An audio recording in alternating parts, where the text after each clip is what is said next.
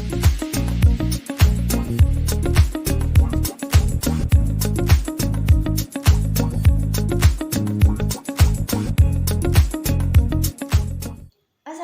warahmatullahi wabarakatuh. Bertemu lagi di podcast kali ini. Saya Putri Salmanur Aini.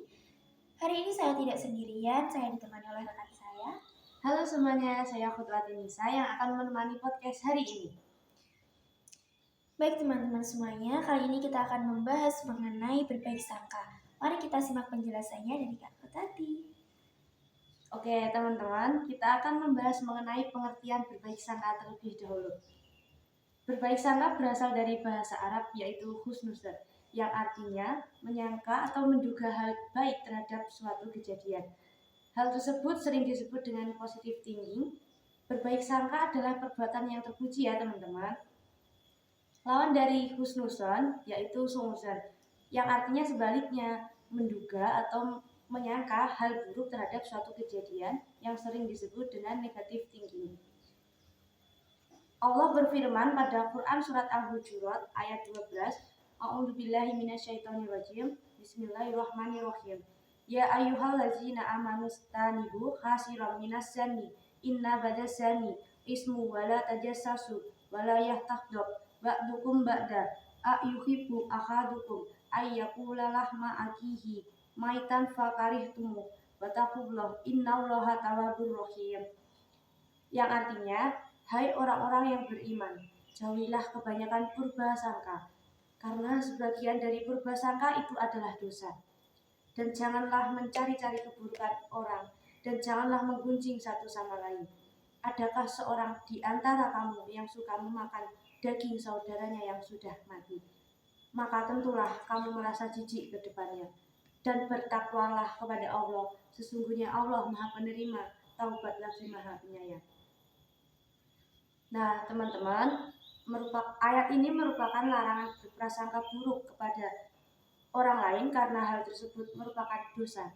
Selain itu, dalam sebuah hadis juga disebutkan dari Abu Hurairah radhiyallahu anhu, Rasulullah bersabda, "Jauhilah prasangka buruk karena prasangka buruk adalah ucapan yang paling dusta." Hadis riwayat Bukhari. Nah, di sini Rasulullah juga melarang kita berprasangka buruk terhadap orang lain karena hal itu adalah ucapan yang paling dusta. Artinya, berprasangka buruk bukanlah suatu kebaikan. Teman-teman, berbaik sangka terbagi menjadi beberapa macam, yaitu berbaik sangka kepada Allah, berbaik sangka kepada diri sendiri, dan berbaik sangka kepada orang lain. Orang yang berbaik sangka kepada Allah, dia akan bersyukur atas kenikmatan yang diberikan darinya, dan dia akan bersabar atas cobaan yang diberi. Mengapa kita harus selalu bersyukur kepada Allah? Allah Subhanahu wa Ta'ala telah memberikan karunia dan kenikmatan yang tak ternilai harganya kepada manusia, dan sudah seharusnya manusia bersyukur kepada Allah. Dan kemudian kita juga bersabar atas semua cobaannya. Cobaan yang Allah berikan kepada kita bukanlah maksud untuk menyakiti hambanya, namun untuk menguji keimanan, ketaatan, dan kesabaran kita. Seperti yang diriwayatkan dari Ibnu Mas'ud, ia pun berkisah, suatu hari datanglah seorang wanita dari Ansor bersama 10 putranya untuk menghadap Rasulullah SAW. Wanita itu pun berkata, "Ya Rasulullah, mereka adalah anak-anakku. Kupersembahkan semuanya untukmu. Ajaklah mereka berjihad di jalan Allah Subhanahu wa Ta'ala." Singkat cerita, mereka semua ikut berperang bersama Rasulullah SAW hingga 9 orang syahid di jalan Allah Subhanahu wa Ta'ala. Dan hebatnya, seorang ibu ini lebih berbahagia mendengar kabar anak-anaknya yang gugur daripada anaknya yang masih tersisa. Tersisalah satu anak yang paling bungsu yang masih hidup. Namun sayangnya kehidupan anak ini mulai melenceng dan banyak melakukan dosa. Hingga suatu hari si bungsu ini tertimpa penyakit yang parah. Sang ibu tak kuasa melihatnya. Ia begitu kasihan dan sedih melihat anaknya tertimpa sakit yang parah. Lalu sang anak bertanya kepada ibunya, "Duhai ibuku, semua saudaraku lebih baik dariku, tapi ibu tidak menangisi mereka. Tapi kenapa engkau menangisi putramu yang pendosa ini?" Sang ibu menjawab, "Karena itulah aku menangis. Wanita ini tak pernah mengkhawatirkan putranya yang syahid karena mereka pasti mendapat kenikmatan di sisi Allah. Tapi ia begitu mengkhawatirkan putranya yang pendosa ini. Pada akhir-akhir nafasnya, anak ini berkata, "Duhai ibuku, andai aku berbuat salah atau melanggar hakmu, sementara di tanganmu ada api yang menyala-nyala, apakah kau akan melemparkannya kepadaku?" "Tidak mungkin, wahai anakku," jawab sang ibu. "Bukankah kau tahu bahwa yang menciptakanku lebih penyayang daripada yang melahirkanmu?" tanya sang anak. Lalu ia pun menghembuskan nafas terakhirnya. Mendengar kisah ini, Rasulullah Shallallahu Alaihi Wasallam berkata kepada wanita Ansor ini, "Kabar gembira untukmu, sungguh anakmu telah diampuni oleh Allah karena berbaik sangka kepada Tuhannya." Nah, teman-teman, baik sangka kita kepada Allah akan menentukan nasib kita di hari akhir.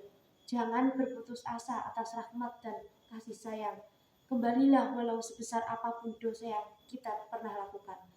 Namun, husnuzon kepada Allah yang disebutkan dalam berbagai riwayat itu harus disertai dengan amal soleh dan syariatnya. Dan jika berbaik sangka kepada Allah namun masih meremehkan perbuatan dosa, maka husnuzon itu tidak ada manfaatnya.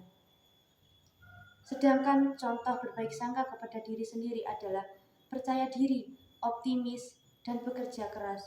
Sebaliknya, jika seorang tersebut berburuk sangka kepada dirinya sendiri, dia akan merasa pesimis, tidak percaya diri, dan malas untuk berusaha. Masya Allah, penjelasan dari kakak ini kita bisa mengetahui berbaik sangka dan macam-macam berbaik sangka. Tapi, kak boleh tanya nggak? Tadi disebutkan macam-macam berbaik sangka ada 3. Dan ada 1 yang belum jelas nih, gimana maksudnya? Ya, teman-teman, yang terakhir tadi kan berbaik sangka kepada orang lain. Nah, contoh berbaik sangka kepada orang lain adalah tabayun atau klarifikasi jika ada isu negatif agar tidak ada kita yang terjerumus menuju sikap curiga dan buruk sangka. Berprasangka baik kepada orang lain akan menumbuhkan sikap keharmonisan dalam kehidupan masyarakat. Namun, jika kita berburuk sangka kepada orang lain, akan menimbulkan perpecahan, konflik, dan banyak permusuhan yang terjadi karena berburuk sangka ini.